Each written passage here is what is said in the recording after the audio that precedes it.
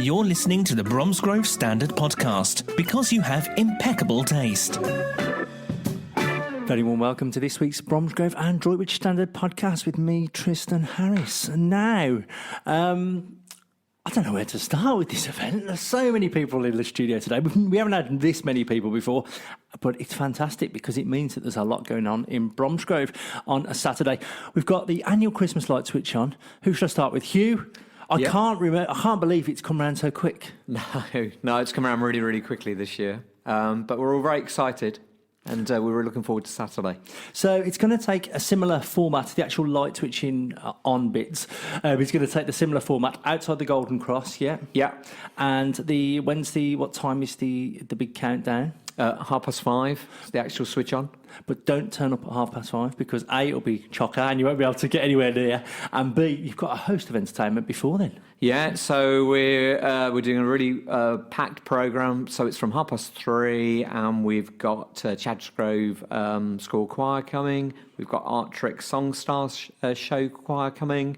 Art Tricks Panto, so the All and Sundry Panto, which would be really, really good. Rock Choir, the Theatre Workshop Choir, and we've got Free to Dream singers.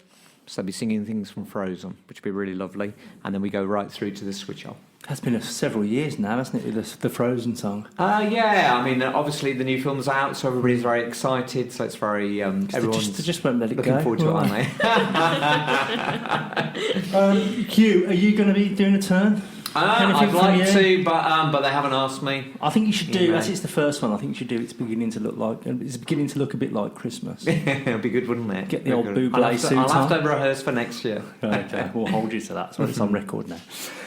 And also, Joe Slade, the new bailiff. Yes. We won't talk about the bailiff at the moment. We'll do that briefly, but okay. I will only do it briefly because I want to get you in the new year to give us your calendar of events if we Fabulous, can. Thank you. But also, the Christmas market, the annual Christmas market, started how many years now? It's about 3. This is about the fifth year. Yeah, already? this is going to be the 5th year. And in fact, prior to that, we did a couple of events actually in the church, and then we brought it into the town to coincide with the switch on. So yeah, we're on year 5. So Friday 9 until 4, and Saturday 10 till 6:30. And Saturday's a full day of entertainment, as well as all of the crafters and the local producers and everybody that's going to be at the Christmas markets. All very local. Everybody's from around Bromsgrove, so we're really supporting the local businesses and independents and supporting the Christmas light switch on as well. So you've got loads of selfie opportunities. There's normally like inflatables, Father Christmases and snowmen and stuff, isn't there? Yeah, absolutely. We've got all of those. We've got the Christmas trees going up and that'll be covered in lights. All of the stalls will have lights on them. There's an inflatable Santa, an inflatable snowman. So it's going to be really good. It's always a fantastic atmosphere, and it's great for the Friends of St John's to be able to put this market on, and it gives the charity a bit of a profile and a bit of support, and it's something fantastic for the town. Now, will there be any mulled wine and mince pies? I would jolly well hope so. Might have to get the 144. Absolutely. Joe, you mentioned the Friends of St John's. How's your campaign going? Your fundraising campaign, the audacious £1 million launched by none other than the Chancellor of the Exchequer at the time. Obviously, he's not that at the moment, but he will be hopefully, or come the election, maybe if the event goes his way. And how's it going? Well, we launched the £1 million appeal in March, as you say, with a lunch hosted by Sajid, which was very well supported. And then we made an application to the Heritage Lottery Fund, and they asked us to put in an expression of interest, and they have in fact invited us to apply. So we've got 12 months to put a full application in for a considerable amount of money, and we'll be working on that sort of into the new year, putting that in the summer. So that's probably another topic for a podcast. Well, they give you a time limit, don't they? I think because we've seen this with Stoke, the Tower Fund in Stoke Prior.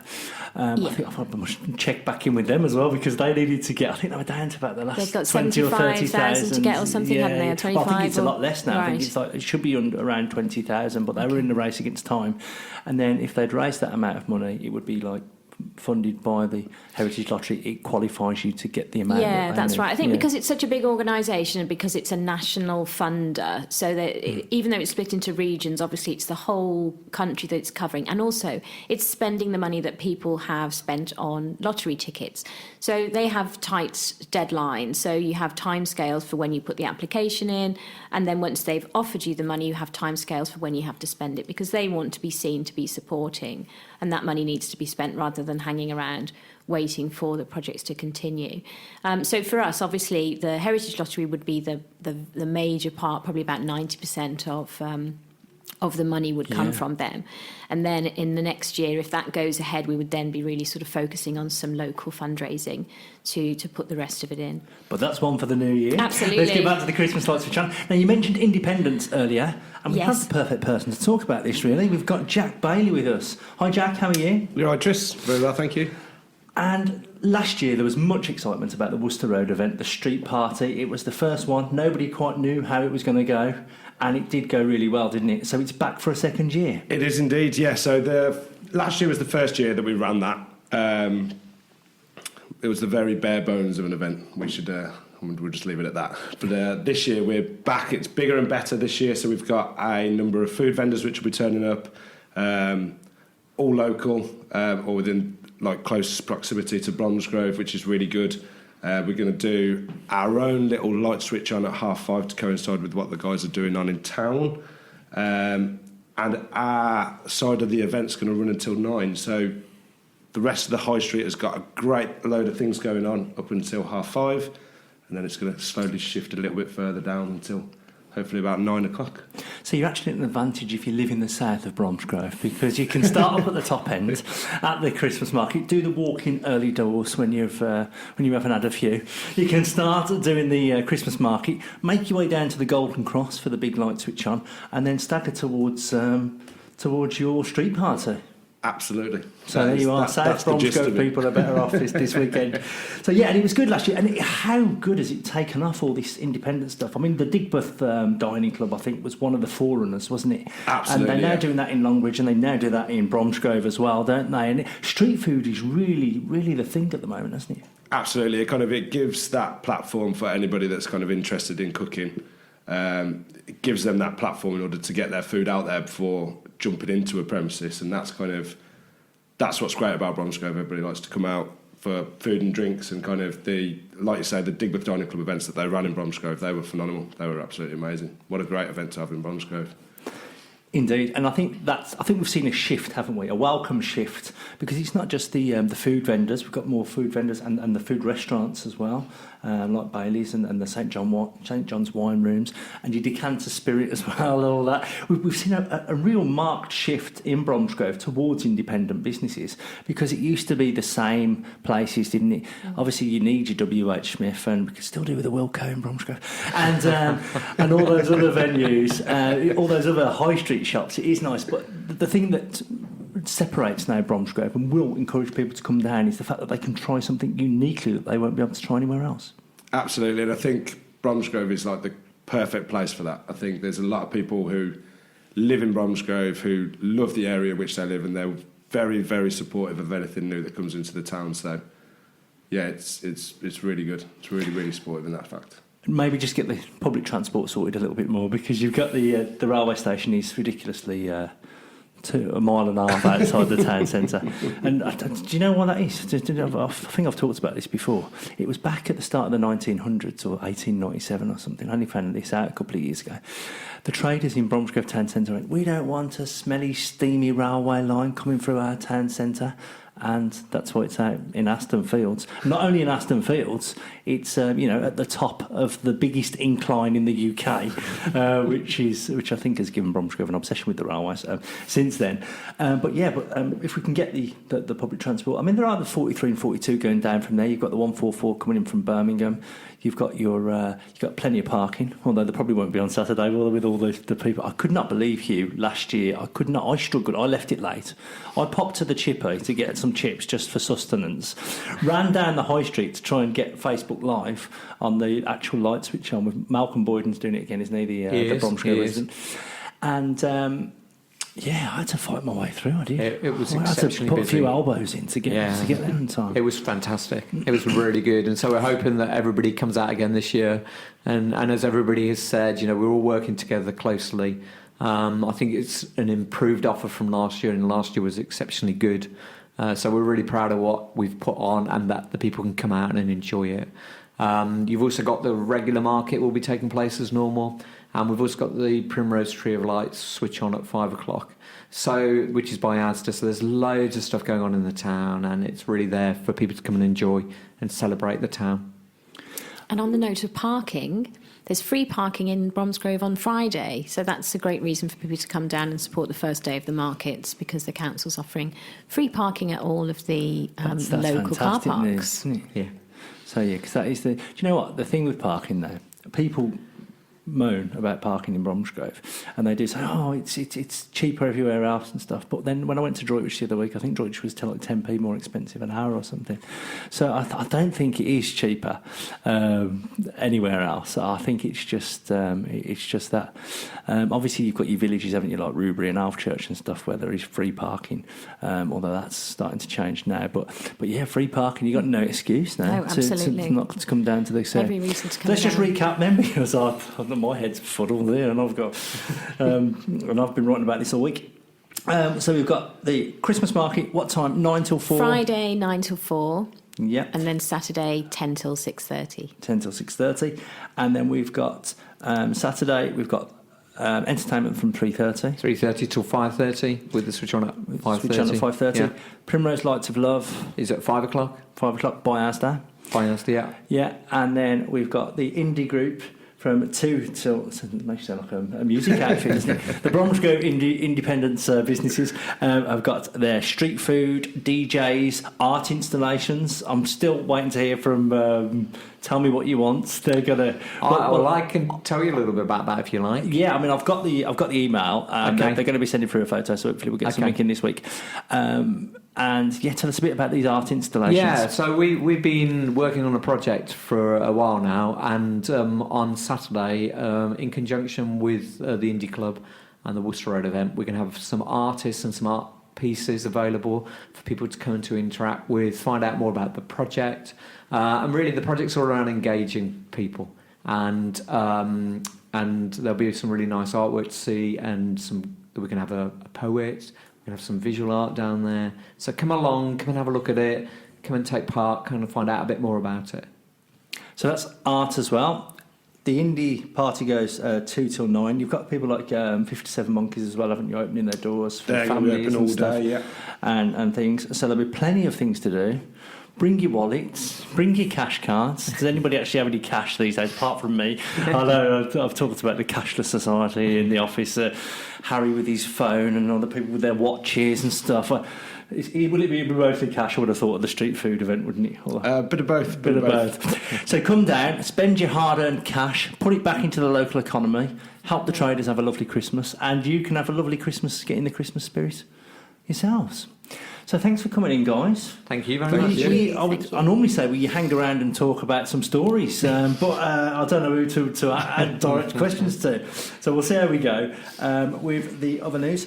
Obviously, we'll have all this information on our Bromsgrove Standard website, and there'll be people who you can contact, and you've got the council website as well, where you can get some details.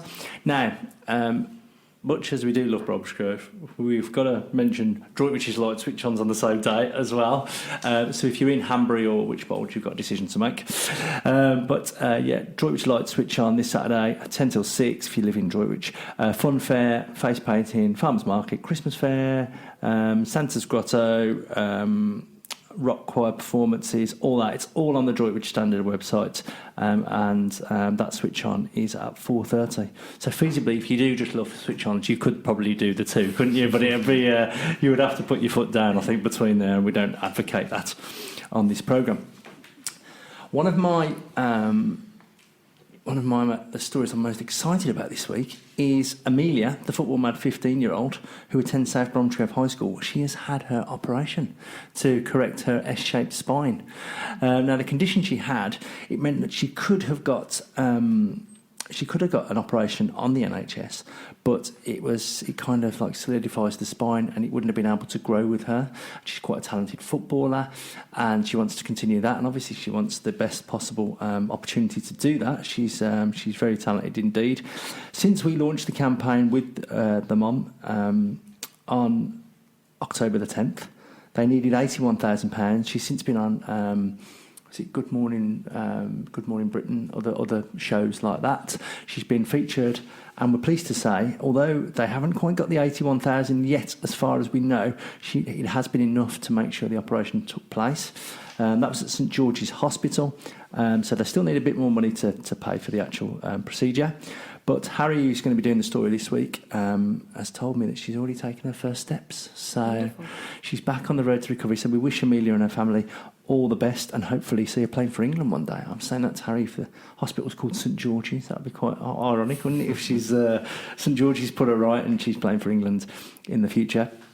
She was in a race against time. The procedure needed to be done by the end of the year, so that's been accomplished. So we wish her well on her recovery. Sad news now. The owner of Bromsgrove Singleton's nursery, John Singleton, passed away after a short illness. His family have paid tribute to him, and we've got that story online at the moment. Since it's gone online on our website, we've had a few nice comments about John, and there's also books of condolences at the nursery if people want to go and leave their own memories and messages, which will be of some comfort to the family at this sad time. They can also, as well, they said they'll be given the details of the funeral soon as well for those who want to go and pay their respects to John Singleton. So we thinking of the family at this time. Back across to Droitwich now. Big shout out to Maria Dunn from Droitwich, who has launched a campaign to get warm clothes for the homeless who are facing the festive season on the streets in Worcester. She did a similar thing last year after being inspired. She was working at a soup kitchen with her boyfriend, Jack Fidget, and she was inspired to do something last year. She basically went to some charity shops, she bought some clothes and she made some packages for homeless people. This year she's now targeted £150. She's going to do a similar thing again, and she reckons she can make 15 packages for 15 homeless people in Worcestershire over Christmas to make sure they've got like hats and scarves and gloves and jumpers, all those kind of things that will keep them warm. She's hoping if she can raise enough money to get some sleeping bags as well, because, well, being a camper myself, I know how warm sleeping bags can be, so that will make all the difference over the festive season. I know it's a happy time of year for so many people, but we have to think like with the lights of love when people remember lost loved ones. It's a sad time for some, and if we can help them, then all the better for it. So Droitwich Standard website, the story went live last night. So if you can give anything to Maria Dunn's launch to help the homeless, she's trying to raise £150. I think she's already most of the way there. She's got £105 or £115. Also, if we can plea now, if there's anyone in this podcast who's got like an outdoor shop or anything, I know there are a few in Worcestershire. If there's any outdoor shops that have, sometimes people bring in items when they get, like if they're going skiing or something, they might bring in their old ski jacket and trade it in or whatever. If there's anything like that that could be done to help the homeless this Yuletide, that would be fantastic. Happy news, Bromsgrove's newest pub is opening on Friday as well to coincide at the old post office. Very apt name because it's in the old post office building. It's bringing 20 jobs to the town. It's been run by Amber Taverns. I might get down there at some point to try some ales. £600,000 revamp into the building. And it's going to have a rooftop garden. Obviously, probably not the best time of year to try a rooftop garden. Joe, St John's Wine Room, that one worked really well, didn't it? It's fabulous. Works really well. The wine and rooms. It's so lovely to go out. And Bromsgrove's got some fantastic views. Yeah. Well, I'm not sure how much you'll see from that post office because I don't know if there's buildings higher than that post office building. But a rooftop garden, love a rooftop garden. And there's going to be like live sports in there. They've got multiple screens in there. So if you like your sports, you like your pubs, go and check that out on Friday opening there. Talking of sports, we're going to move on to sports now. Bromsgrove Sporting, it's all the sports, lost 3-2 at the weekend to Peterborough Sports. I can't believe they're called sports as well. 3-0 down inside 35 minutes. In the second half, Shaquille McDonald notched up 2, 46 and 54 minutes, but they couldn't find the equaliser. They're 11th position, but they're 3 points off the playoffs. They've got St Ives on Saturday, and you'll be pleased to know it's actually at home. So you don't want to be traipsing all the way to Cornwall in November, do you? Save that one for one of the last games of the season. They've got them at home, and then they've got Malvern Town on Tuesday in the Worcester Senior Cup at home as well. So we wish Bromsgrove Sporting well with those two games. Now, Bromsgrove Sporting, they won 8-0. We say this every week, don't they? They won 8-0, they lost 7-0, they won 8-0, then they lost 3-2. Droitwich, they're, I think, trying to replicate them. Droitwich Bar FC, not Droitwich Bar High. Droitwich Bar FC won 9-1 against Gornal Athletic last week. Connor Collins got a hat-trick, 2 from Ben Tilbury, including a penalty. Other goals from Hunt, Seeley, Lemon and Burgess. Droitwich are now 5th, but they're just... they're 5th position. They're 5 points off the top spot, but they've got 4 games in hand. So you don't need to be a mathematician to work out that they could be... Well, you do need to be a mathematician. 7 points clear at the top if they win their games in hand. They've got Team Dudley this Saturday. They're in 6th position, so 1 place behind Droitwich, but with exactly the same points tally, although Dudley have played 4 more games. And then they've got All Scots, who are top of the league next Saturday. So a crucial 2 games for Droitwich. Good luck to the Saltmen, good luck to the Rousers, good luck to all our teams taking part this weekend.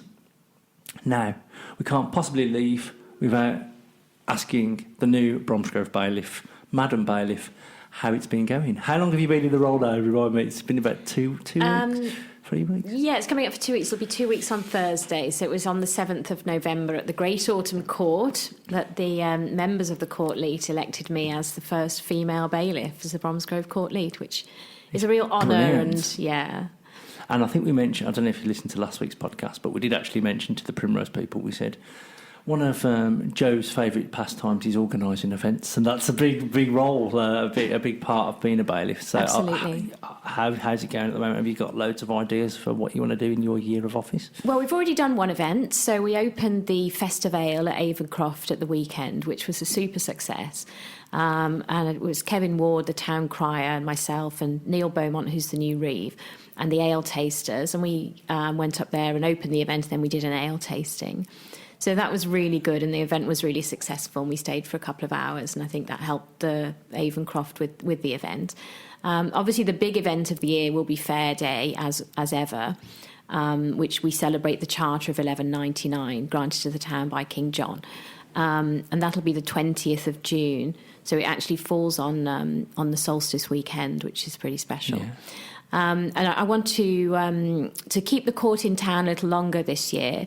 So we'll do the traditional procession from 10:30, and then we'll read the charter at the Houseman statue.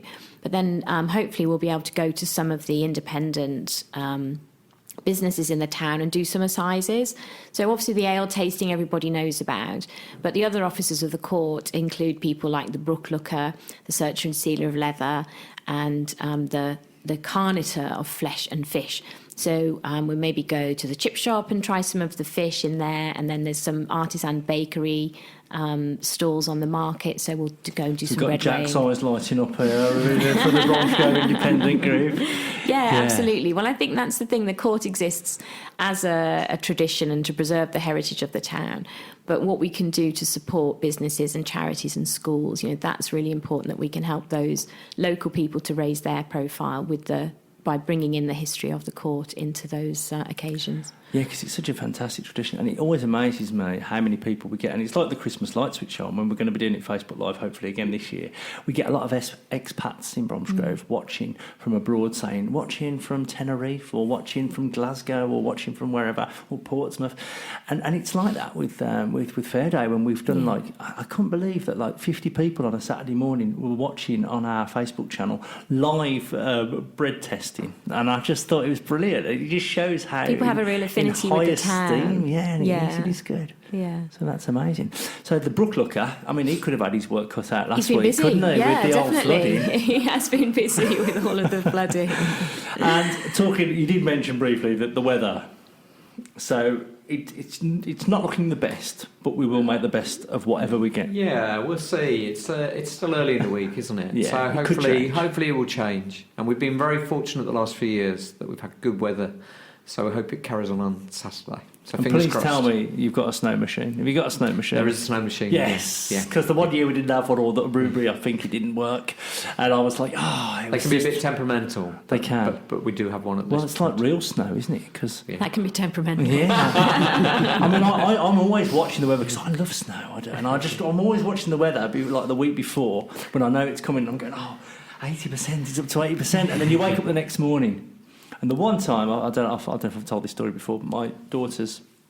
My one daughter, who was old enough, I said, I'm going to take you sledging when school finishes. And of course, we'd only had like about an inch, and it had all gone by the time she got home. So the next time it snowed, I got her up at like 5:30 in the morning. And we were actually, this time of year, it was pitch black, and we were sledging at 5:30 before school and work because I wanted to make sure that we did it before, just in case it was gone by the time she got home from school. It was great. I love snow. So I will be keeping an eye on the charts. In fact, I joked in the office the other day, I said, if Brexit goes, or if and when Brexit goes ahead, if we do a trade deal with the US, can we get a bigger slice of that polar vortex as part of the deal so we get heavier snow and big, deep drifts? That's what we want. Thank you all for joining us. Thank you. Thank you. We wish you Thank well you. for the weekend. I'll be there as well, so I'm looking forward to this. And also, then we've got Ruby the following week, but we'll give that more of a mention next week. Okay. We've got all the details for that. So the Ruby switch on next week, but this week Bromsgrove and Droitwich if you live in Droitwich as well. And so much going on. Christmas events coming thick and fast. And here's Claire to tell you about a few more. For all the things to do and see this week, it's Claire Bullivant with this week's What's On Guide. Thanks, Tristan. Yes, we've got some fun things coming up. Christmas is definitely on its way with light switch-ons and Christmas markets. It's a lovely time of year to get out and explore. And here are some of my top picks for you to explore this week. Starting on Friday, the 22nd of November. You heard about it on the podcast earlier. There's lots of free parking in town on Friday, so no excuse not to get out and check out the Friends of St John's Christmas Market, which will be on Bromsgrove High Street between 9 a.m. and 4 p.m. on Friday. And it's also happening on Saturday between 10 a.m. and 6:30 p.m. You'll be supporting local crafters, producers and charities. On the stalls, you'll find homemade preserves and chutneys. You'll find Christmas crafts. And there's also repurposed jeans, apparently, from the denim upcycler. There's also beautiful jewellery, stained glass gifts. So much going on there, and lots of lovely food as well. So do check it out. The Friends of St John's Christmas Market on the High Street on Friday and Saturday. Then after all your shopping, why not head over to the Artrix on Friday night to see Sajila Kershi and her comedy show called Immigrant Diaries. She's joined with special guests, comedian Louisa Omni Elan, writer Shyama Pereira, and author Preeti Nair. And this is a multi-award winning show that has enjoyed critically acclaimed runs at London's South Bank and the Edinburgh Fringe, etc. And she tells me this is all about immigration, migrants and the refugee crisis. Hot topics dividing Britain and the rest of Europe at the moment. How many are there? Where are they coming from? What do they want? And it's an amusing insight, but a very powerful message. And it's also a chance to hear some sublime true stories from a cast of performers from somewhere else, all with one thing in common, and it's statistics, not telling the story, but the people behind those statistics. So do check it out on Friday night at the Artrix. It's going to be a great show. Also on Friday night at the Artrix, Mark Bebbington will be performing. He's a prolific recording artist with a particular emphasis on 20th century British composers. But this time the focus is on France, apparently, and he will be joined by two of the wind players from the Birmingham Philharmonic Orchestra for the Poulenc Trio. Tickets from the Artrix, the box office number there is 01527 577 330. Also, more music, live music about town on Friday. Matt Bedford, Steph Brown and their band, they're going to be performing at number 3A in Aston Fields on Friday evening. Moose Jaw will be performing at the Hot Pole Inn on 9 p.m. start there on Friday night. They're always a great band.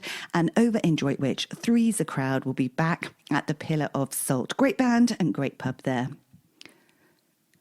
Moving on to Saturday, the 23rd of November. Oh, it's definitely feeling Christmassy. We've got Christmas wreath making over at Avencroft Museum, 1 p.m. until 2:50 p.m. Telephone them if you want to be booked in on that, 01527 831 363. Then we mentioned it earlier, the Christmas market will be on the High Street all day on Saturday, 10 a.m. until 6:30 p.m. The Worcester Road Christmas lights and street parties starts at 2 p.m. on Saturday and goes on until 9 p.m. There's going to be a street closure on that part of the Worcester Road, so just walk down there for all the fun and festivities. You heard about it earlier. There's going to be street food, music, so much going on. Definitely be a part of that.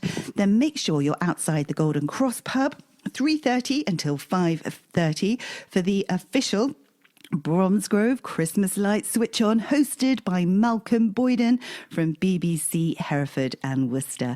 I'm feeling festive already, just reading about it all. Can't wait for it all to happen, so hopefully I'll see you there on Saturday. There is also a Lights of Love remembrance service happening at Bromsgrove Methodist Church on Saturday with the Primrose Hospice. You may have heard about it on last week's podcast. Lights of Love is for everyone who has someone they wish to remember at Christmas time. 3:30 p.m. until 5 p.m. on Saturday there. So it's a lovely thing to do. Do get in contact with them at the Primrose Hospice if you need more information on that. Also on Saturday evening, as if you need more to do, there is some live music worth checking out. Anushka will be performing at the Cats Hill Working Men's Club Saturday night.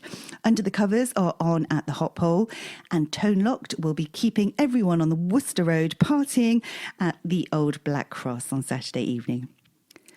Moving on to Sunday, the 24th of November, there's a Bromsgrove vinyl record and CD fair happening at the Bromsgrove Hotel and Spa. From ABBA to Zappa, bargains galore will be there and collector pieces as well, 10 a.m. until 4 p.m. there. And the McCurdy brothers will also be performing on Sunday at the Boat Shack Cafe. Love that place. Do try and check it out if you haven't been yet. It's a great place. Then just a couple of dates for your diary next week. On Wednesday, the 27th of November, the Simon and Garfunkel story is coming to the Artrix. This is a brilliant show using huge projection photos and original film footage, and it's actually the 50th anniversary celebration. Can you believe it's 50 years, Simon and Garfunkel? Wow. And features a full live band performing all the hits. Mrs. Robinson, Cecilia, Bridge Over Troubled Water. It's going to be a fantastic show. Elaine Page, I heard, actually on BBC Radio 2, said it was truly fantastic, and she's never wrong. Elaine Page can't be wrong, can she? You can find out more at thesimonandgarfunkelstory.com. Then on Thursday, the 28th of November, Graham Parker will be at the Artrix, 8 p.m, grahamparker.net for any fans wanting more info on that. And there's also a Lights of Love annual Christmas Carol concert at Thomas Brothers Funeral Directors in Bromsgrove at 2 p.m. on Thursday. And there's also another one at Withall at 7 p.m. Give them a call on 01564 822 001 if you'd like more information on those events.